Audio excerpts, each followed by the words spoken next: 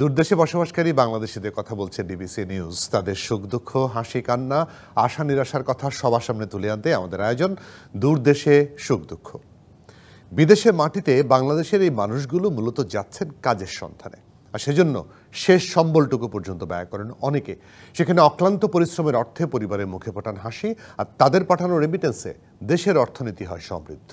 অবশ্য দালালদের খপ্পরে পড়ে কেউ কেউ হন নিঃস্ব পর্যন্ত। অন্যদিকে অনেক বাংলাদেশি নিজ গুণে দেশের নাম করছেন উজ্জ্বল। আমরা সেই সব মানুষের সবার কথাই বলবো এই আয়োজনে। আর আপনাদের সবাইকে আমন্ত্রণ জানাচ্ছি আমি মজুমদার জুয়েল।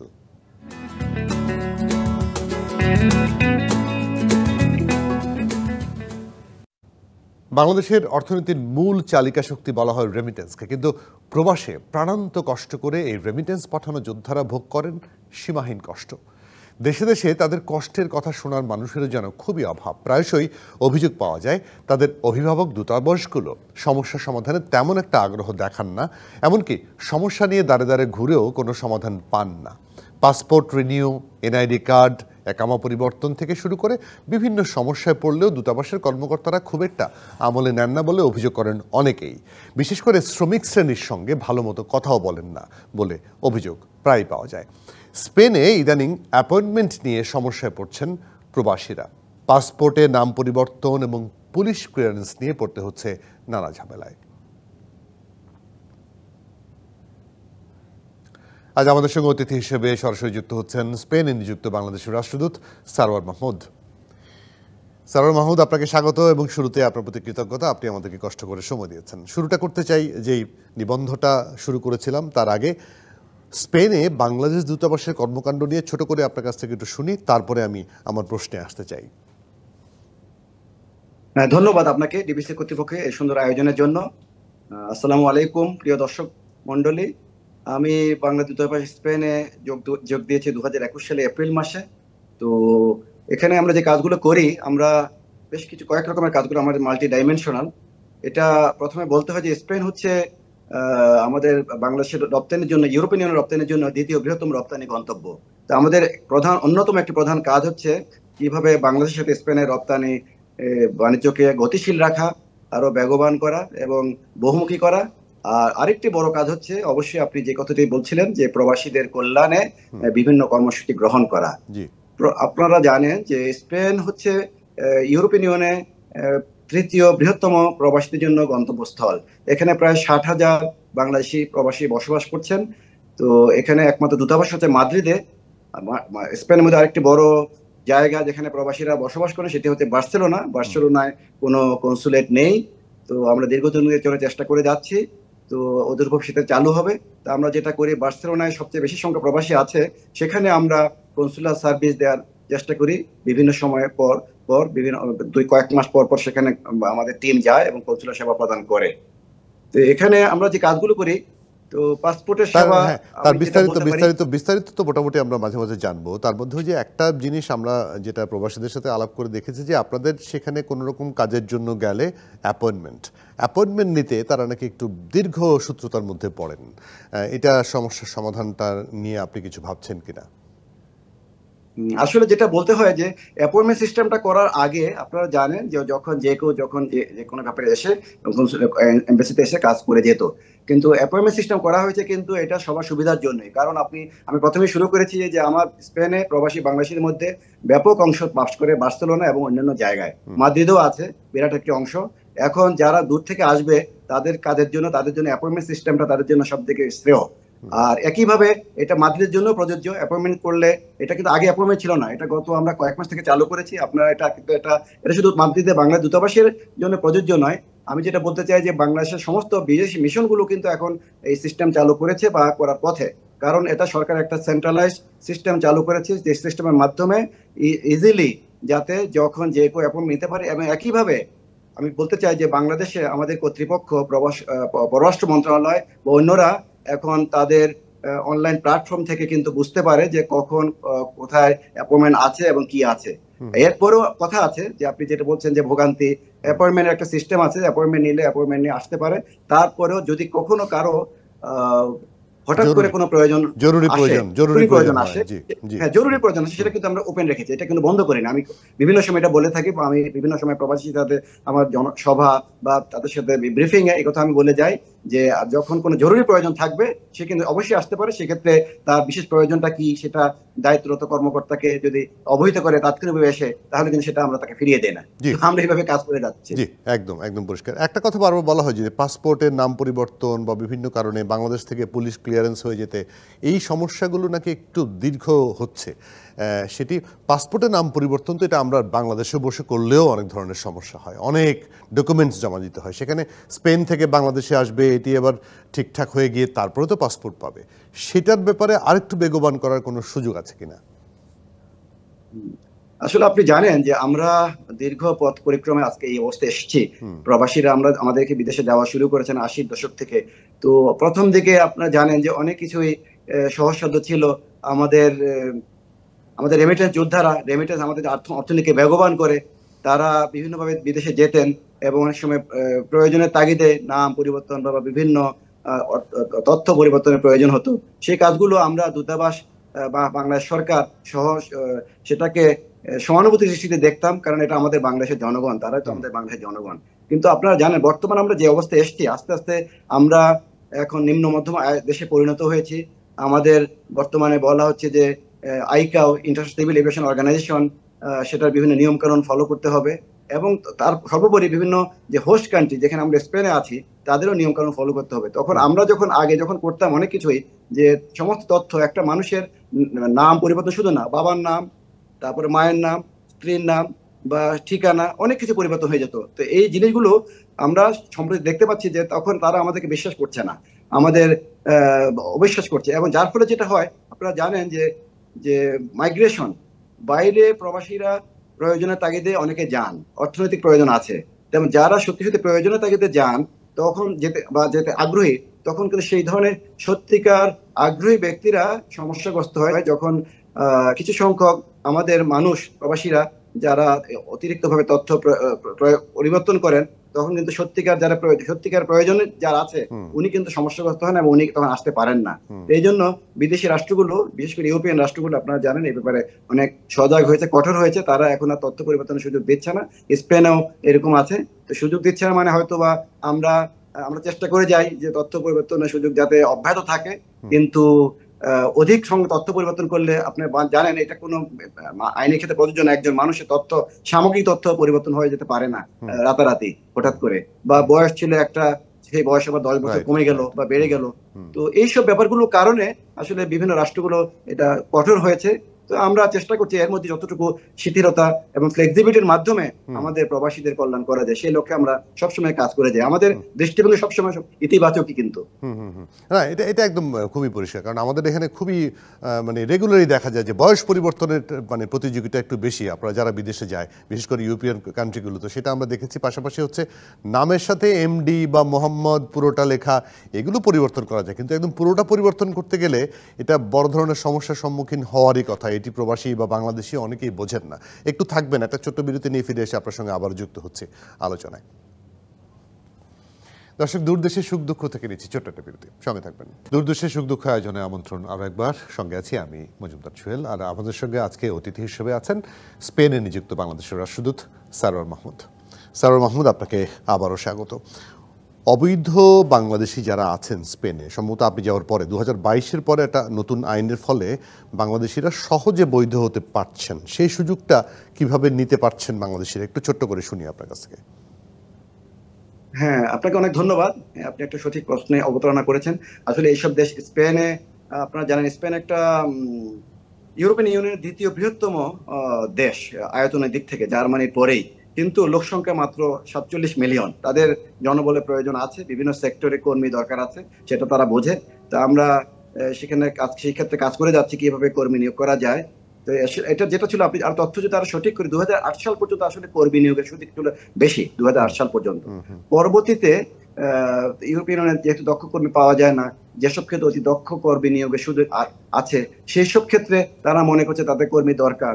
তো এই আওতায় পেশাগতভাবে কিছু কিছু দক্ষ আইটি স্পেশালিস্ট সহ কিছু পেশাজীবী এখানে কাজ করছেন। তো স্পেনের সাধারণ কর্মী নিয়োগের উদ্দেশ্যে এক্ষেত্রে আমি একটা ডেভেলপমেন্ট বলতে চাই যে স্পেন সরকারের সাথে বিভিন্ন পর্যায়ের বৈঠকে আমরা প্রস্তাব করেছি যাতে আমাদের দেশ থেকে বিভিন্ন পর্যায়ে কর্মী নেওয়া যায়। এবং এখানে উল্লেখযোগ্য যে 2022 সালে জুলাই মাসে স্পেন সরকারের ইমিগ্রেশন আইনে পরিবর্তনের মাধ্যমে বিদেশ থেকে কর্মী নিয়োগের সুযোগ রেখেছে। এখন কথা হচ্ছে, এখন আইনটা তারা তৈরি করেছে, আপনারা জানেন আইনের পরে বিধিবিধান তৈরি প্রক্রিয়া, সেই বিধিবিধান প্রক্রিয়া এখন কাজ চলমান আছে। সেই ক্ষেত্রে আমরাও কাজ করে যাচ্ছি এবং আমরা চেষ্টা করছি যাতে আমাদের দেশ থেকেও অধিক সংখ্যক কর্মী নেওয়া যায়। এবং এখন তবে বর্তমান অবস্থাটা হচ্ছে এটা ছাড়াও, এটা আমি যেটা কথা বলছি যে আইনগত পরিবর্তনটা এবং বিধিবিধান তৈরি প্রক্রিয়াটা, সেটা হলে অধিক সংখ্যক মানুষ আসতে পারবে এবং সেখানে সিজনাল এমপ্লয়মেন্ট কথা জানেন আপনারা, কয়েক মাস কাজ করবে তারপর আবার দেশে যাবে, আবার আসতে পারবে, সেই রকম প্রক্রিয়াটা হবে। কিন্তু এর বাইরে বর্তমানে যে এক্সিস্টিং সিস্টেম সেখানে কিন্তু এখনো যেটা চলমান আছে, ইমিগ্রেশন আইনের সুযোগ গ্রহণ করে স্পেন প্রবাসী যেসব অবৈধ আছেন, ইরেগুলার আছেন, তারা 3 বছর যদি স্পেনে থাকেন, স্পেনে থাকার পরে এবং জব অফার যদি পান, তারা কিন্তু রেগুলার হয়ে যাচ্ছেন। তো এইটা কিন্তু আমার সময় থেকে আমি এটা করছি এবং এটা চলমান আছে। এটার মাধ্যমে কিন্তু অনেক প্রবাসী কিন্তু লাভবান হচ্ছেন। এবং আমি যেটা বলতে চাই, একটা ধারণা দিতে পারি, প্রতি বছর প্রায় 2000 মতো অবৈধ প্রবাসী এভাবে বৈধ হয়ে যাচ্ছেন। রেসিডেন্স কার্ড পেলে আপনারা জানেন যে যখন বৈধ হয়ে যান, রেসিডেন্স কার্ড পেলে তখন পরিবার নিয়ে দেশে আসতে, এখানে চলে আসতে পারছেন এবং পরিবারের সদস্যরাও কাজে নিযুক্ত হতে পারছে। কিন্তু তো এভাবে যখন যারা বৈধ হয় তারা জানেন স্পেনে তখন সোশ্যাল সিকিউরিটি সিস্টেমের আওতায় আসে এবং তারা অন্যান্য সব ধরনের সুযোগ সুবিধা পেয়ে যায়। হ্যাঁ, অবশ্যই অবশ্যই। একটা জায়গায় মানে বাংলাদেশের মানে বর্তমান প্রধানমন্ত্রী নতুন করে ক্ষমতা গ্রহণের পরে কিন্তু একটি অর্থনৈতিক কূটনীতির বিষয় প্রথম দিনই বলেছেন, প্রথম ভাষণের দিনে, বক্তব্যের দিনে, এবং সেটা নিয়ে নিশ্চয়ই আপনারা কাজ করছেন। এবং আমার যতটুকু জানা সেটি হচ্ছে স্পেনে বাংলাদেশের চামড়াজাত পণ্য নিয়ে বিশ্ববিখ্যাত জুতো তৈরি হয় এবং সেটি একটি কারখানাও আপনি কিছুদিন আগে পরিদর্শন করেছিলেন। এবং সেখানে আরও কিভাবে বাংলাদেশের চামড়া নেওয়া যায়, চামড়া থেকে শুরু করে চামড়াজাত পণ্য, সেটির বিষয়ে আপনার উদ্যোগের কথা একটু জানাবেন, বা দূতাবাসের উদ্যোগ কি? হ্যাঁ, আপনাকে ধন্যবাদ এই প্রশ্নটির জন্য। আমি প্রথমে বলেছিলাম যে স্পেন ইউরোপিয়ান ইউনিয়নের বাংলাদেশের দ্বিতীয় বৃহত্তম রপ্তানি গন্তব্য। প্রতি বছর প্রায় $3.8 বিলিয়ন পণ্য বাংলাদেশ থেকে স্পেনে আসে। আর এই প্রধানত এটা রেডিমেড গার্মেন্টসের বাইরে আরেকটি বড় সম্ভাবনার ক্ষেত্র, সেটা হচ্ছে লেদার গুডস, চামড়া জাতীয় পণ্য। এবং সেক্ষেত্রে আমরা দূতাবাস এটা রপ্তানি কিভাবে বাড়ানো যায় এবং আরো বহুমুখীকরণ করা যায় সেই আমাদের উদ্যোগ অব্যাহত রেখেছি। এই অংশ কথা বলতে পারি যেটা আমি সম্প্রতি 2024 সালে এই বছরেই ফেব্রুয়ারি মাসে আমি স্পেনের চামড়াজাত পণ্য, জুতো রাজধানী হিসেবে পরিচিত এলচে এবং আলিকান্তে, সেখানে আমি গেছি, সেখানে সফর করেছি এবং সেখানে বিখ্যাত পিকুলিনো জুতো অত্যন্ত নাম করা, সেই পিকুলিনো জুতো কারখানা আমি সেখানে তাদের ম্যানেজমেন্টের সাথে বৈঠক হয়েছে। এবং ওখানে তারা, আপনারা জানেন যে পিকুলিনো গ্রুপ আসলে যেটা করছে, গত প্রায় 30 বছর ধরে বাংলাদেশ থেকে উন্নত মানের চামড়া ব্যবহার করে জুতো ও ব্যাগ সহ চামড়াজাত পণ্য তৈরি করে আসছে। আমি সফরকালে শুধু ওই কোম্পানি ম্যানেজমেন্ট নয়, সেখানকার আলিকান্তে চেম্বার অফ কমার্সের সাথে বৈঠক করেছি এবং বৈঠকে যোগদান করে স্পেনের ব্যবসায়ী নেতৃবৃন্দের মাঝে বাংলাদেশের চামড়া শিল্পের সম্ভাবনা বিষয়টি আমি তুলে ধরেছি, যাতে শুধু পিকুলিনোর শুধু নয়, অন্যান্যরাও যাতে এগিয়ে আসে ব্যাপক হারে এবং এখানে তাদেরকে উৎসাহিত করেছে এই ব্যাপারে। আপনাকে ধন্যবাদ। জি, আমি সেই জায়গাটায় যে ওখানে যখন গেছেন, সেই জায়গাটায় একটা খামারেও গিয়েছিলেন সম্ভবত, মানে বাংলাদেশের দ্বারা পরিচালিত একটি কৃষি খামার। মানে সেখানে বাংলাদেশের মানুষ এখানে গিয়েও কৃষির উপরে যেই মানে কাজটা করছেন, মানে আপনি জানেন মধ্যপ্রাচ্যের মধ্যে, এই মরুভূমির মধ্যেও বাংলাদেশিরা সেখানে করছেন এবং স্পেনেও করছেন। এরকম কটা খামারের খবর আপনার কাছে আছে এবং তারা এই খামারগুলোতে নিশ্চয়ই লাভবান হচ্ছেন? আপনাকে ধন্যবাদ। হ্যাঁ, আমি প্রথমে যেটা বলছিলাম যে বিভিন্ন সেক্টরে কিন্তু স্পেনের জনবলের প্রয়োজন আছে। তো এমনি একটি সেক্টর হচ্ছে কৃষি ক্ষেত্র এবং কৃষি ক্ষেত্রে ওই সিজনাল এমপ্লয়মেন্ট জন্য আমরা চেষ্টা করে যাচ্ছি। তো সেখানে হ্যাঁ, আপনি যেটা বলছেন যে কয়টি খামার আছে, এরকম এটা ছড়ানো বিচ্ছিন্ন অবস্থা আছে। মনে করেন আপনারা জানেন যে এটা এমন জায়গায় হতে হয় যেখানে মনে করেন অনেক আরবান এরিয়া থেকে কিছুটা দূরে, কিন্তু অন্যান্য সুযোগ সুবিধা আছে, এমন জায়গা দরকার যেখানে খোলা জায়গা পড়ে থাকে। তো ওখানে আমি একটা খামারে গেছি, এই কথা সত্যি।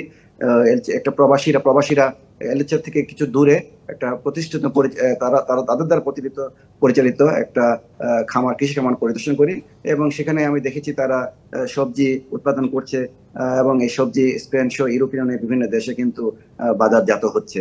তো এরকম বেশ কিছু খামার আছে, এদের সঠিক তথ্য আমাদের জানা নেই, কারণ বাংলাদেশে ছড়িয়ে ছিটিয়ে আছে। তো তবে এটা একটা উল্লেখযোগ্য খামার, এই কথা নিশ্চিত করে বলতে পারি আপনাদেরকে। বাংলাদেশিরা যখন এখানে যাবে, এখান থেকে আপনি যেটা বলছেন শ্রমিক নেওয়ার সুযোগ সুবিধা তৈরি হবে যদি আইনটা সবকিছু কার্যকর হওয়া শুরু করে, পাশাপাশি অন্যান্য অনেক ক্ষেত্রে সুবিধা আছে, সেখানে ভাষাগত কোনো সমস্যায় পড়তে হয় কিনা বাংলাদেশিদেরকে? এটা একটা চমৎকার প্রশ্ন। হ্যাঁ, ভাষা অবশ্যই জরুরি বিষয়। আমি সবসময় বলে থাকি যে স্পেনে আমি মনে করি ইউরোপের অন্যান্য দেশের তুলনায় অনেক বেশি ন্যাচারালাইজেশন হওয়ার সুযোগ এখানে যদি ভাষাটা শিক্ষা গ্রহণ করা যায়। এই জন্য কেন ওদের যে আইনের বিধিবিধান হচ্ছে সেখানেও কিন্তু ওগুলো বলা আছে যে ভাষা শিক্ষার বিধান। তো আমরা যেটা করতে চাই যে আমাদের দক্ষ, আপনারা জানেন দীর্ঘদিন ধরে আমরা অদক্ষ কর্মী পাঠিয়েছি। অদক্ষ কর্মীর তুলনায় যখন আপনি দেখেন যে পার্শ্ববর্তী দেশ ভারত কিন্তু এখন আস্তে আস্তে দক্ষ কর্মী প্রেরণের দিকে চলে যাচ্ছে। তা আমরা কিন্তু সেদিকে যাচ্ছি। কিন্তু তা আমাদের কর্মীদের দক্ষতা বাড়াতে হবে এবং ভাষা শিক্ষার দিকে জোর দিতে হবে। ভাষা অবশ্যই প্রয়োজনীয় বিষয়। স্পেনিশ ভাষা শিক্ষা না গ্রহণ করলে কিন্তু এখানে আসলে ওইভাবে প্রতিষ্ঠিত হওয়া যাবে না। তো ওটা একটা প্রিকন্ডিশন অবশ্যই থাকবে। তো ভাষা শিখতে হবে, দুইভাবে করা যায়। হয়তো আমাদের বাংলাদেশেও কিছু কিছু ক্ষেত্রে এটা প্রতিষ্ঠান আছে, বিশেষ করে আমি যেটা জানি ঢাকা বিশ্ববিদ্যালয়ের অধীনে একটা সেন্টার আছে, হ্যাঁ, ওইটা যেটা করা হলো ইন্ডিটেক্স। কিন্তু আপনারা জানেন ইন্ডিটেক্স একটা খুব বড় স্প্যানিশ কোম্পানি। সেই কোম্পানি কিন্তু বাংলাদেশ থেকে প্রচুর সংখ্যক আমদানি করে পণ্য, এবং তারা একটা কর্পোরেট সোশ্যাল রেসপন্সিবিলিটি আন্ডারে তারা ভাষা শিক্ষা প্রতিষ্ঠান চালু করেছে। তো ওইভাবে একটা হতে পারে বাংলাদেশেও স্প্যানিশ ভাষা শিক্ষা নিতে পারে। আরেকটা হতে পারে এখানে এসে কর্মীকে নিয়ে কিছু অল্প সময়ের মধ্যে ট্রেনিং নিয়ে যে দক্ষ হয়ে তারপরে কাজে নেমে যাওয়া। তো ভাষা শিক্ষার কোনো বিকল্প নেই, স্পেনীয় ভাষা শিখতেই হবে। জি, আর এছাড়া দক্ষতার জায়গাটা, মানে আমরা এতক্ষণ অদক্ষ নিয়ে কথা বললাম, দক্ষতার জায়গাটা সবচেয়ে বেশি ফোকাস কোথায় করলে, ধরেন ডাক্তার, ইঞ্জিনিয়ার, নার্স বা অন্যান্য কোন ক্ষেত্রে এখান থেকে পড়াশোনা করে গেলে সেখানে সুযোগটা বেশি ভালো পাবে? এখানে অবশ্যই নার্সের প্রয়োজন আছে। আপনারা জানেন এটা এই দেশগুলো স্পেন এবং আরো কয়েকটি দেশ যারা কিন্তু এখন ওল্ড পিপলের সংখ্যা অনেক বেশি, অনেক প্রায় 30% মানুষ আপনার অ্যাবাভ দ্য এজ অফ 70, এবং এগুলো আস্তে আস্তে বেড়ে যাচ্ছে এবং তাদের প্রচুর কেয়ার গিভার্স দরকার এবং সেটা তাদের পর্যাপ্ত নেই। তা আমাদের বাংলাদেশ সেক্ষেত্রে সহায়তা দিতে পারে। তা আমরা সেক্ষেত্রে দিতে পারবো যখন তারা আইনের বিধিবিধানটা সঠিকভাবে বলবে যে আমরা এখন আনতে পারবো আমাদের দেশ থেকে বা অন্য দেশ থেকে। কিন্তু সেক্টরগুলো আমরা কাজ করছি, যে নার্সিং একটা বড় ক্ষেত্র, আর সিজনাল ওয়ার্কার্স কৃষি ক্ষেত্রে সেটাও একটা বড় জায়গা, আর ডাক্তারও আছে, আর আইটি ক্ষেত্রেও এটা প্রয়োজন আছে। আমাদের আসলে আইটি ফ্রিল্যান্সার বিভিন্নভাবে কাজ করে যাচ্ছে, কিন্তু যখন এটা হবে তখন স্ট্রাকচারাল সিস্টেমের মাধ্যমে তখন তারা এখানে কাজ করতে পারবে। চামড়াজাত পণ্য এবং পোশাক ছাড়া আর কোন ক্ষেত্রে সুযোগ আছে স্পেনে যেটা নিয়ে কাজ করতে পারে বাংলাদেশ সরকার? IT sector. আচ্ছা, আইটিতে বেশি সুযোগ আছে। জি। মেরিটাইমে কোনো সুযোগ কি আছে সেখানে? মেরিটাইম আরেকটা বড় ক্ষেত্র। এটা আপনারা জানেন যে বিভিন্ন ক্ষেত্রে বাংলাদেশ থেকে যখন জাহাজগুলো বিভিন্ন দেশে যায় পণ্য সামগ্রী নেওয়া বিভিন্নভাবে, তখন স্পেন টাচ করে যায় বা অন্য দেশে যায়, অন্য দেশে স্পেন আসে। তো ওই ক্ষেত্রে কিন্তু মেরিনারাও কাজ করতে পারে, মেরিনারদের সুযোগ আছে কাজ করার। সারোয়ার মাহমুদ, আপনাকে অনেক ধন্যবাদ। সঠিক বিষয় তুলে ধরেছেন যে মেরিনারদেরকেও এখানে আনা যায়। মেরিনার কাজ করে যাচ্ছে তাদের ব্যক্তিগত উদ্যোগে এখন, কিন্তু সরকারি ভাবে সেটা নাই। সরকারি ভাবে আমরা যেটা করেছি, আমরা এমওইউ স্বাক্ষর করার প্রস্তাব করেছি দুই দেশের মেরিটাইম ইনস্টিটিউশনের মধ্যে। না, সেটাই, মানে বাংলাদেশের মেরিটাইম ক্ষেত্রটাও কিন্তু অনেক এগিয়ে যাচ্ছে আস্তে আস্তে সামনের দিকে। এই জিনিসগুলো নিয়েও কাজ করা যায়, কারণ মাননীয় প্রধানমন্ত্রী বলেছেন যে শুধু ওই একটি পণ্যের উপরে, বিশেষত আমরা যেহেতু পোশাকের উপরেই বেশি আবদ্ধ হয়ে গিয়েছিলাম, কারণ আমাদের পাটজাত পণ্য এখন অনেক কিছু তৈরি হচ্ছে, সেগুলো নিয়েও কাজ করা যেতে পারে। সেরকম কোনো মেলার আয়োজনের নিশ্চয়ই পরিকল্পনা আমাদের আছে, সেরকম হতে পারে, বিভিন্ন দেশে হচ্ছে। সেই জায়গাটায় এই ব্যবসা বাণিজ্যের প্রসার নিয়ে আরও কী কাজ করা যায় আরেকদিন চেষ্টা করবো আপনার সাথে যুক্ত হয়ে আরও বিস্তারিতভাবে আলাপ করার জন্য। সারোয়ার মাহমুদ, আজকে অনেক ধন্যবাদ আমাদেরকে সময় দেওয়ার জন্য, কৃতজ্ঞতা অনেক। ভালো থাকবেন। আপনাকেও ধন্যবাদ। ভালো থাকবেন। ধন্যবাদ। প্রবাসী বন্ধুরা, আপনাদের সুখ দুঃখের কথা আমরা জানাবো, তবে সব কথা যে আমরা জানি তা কিন্তু নয়। এমন অনেক কথা, ঘটনা, সাফল্য আছে আপনাদের, যা আমাদের জানতে হবে। আর আমরা জানলে জানবে, জাতি জানবে, বিশ্ব। তাই আপনারা কি জানাতে চান, কি বলতে চান, আমাদেরকে জানান। কোনো কথা থাকলে ভিডিও বার্তা পাঠাতে পারেন আমাদের ঠিকানায়। আমাদের সঙ্গে যোগাযোগের ঠিকানা ক্যাপিটাল লেটারে durdesh.dbc@gmail.com।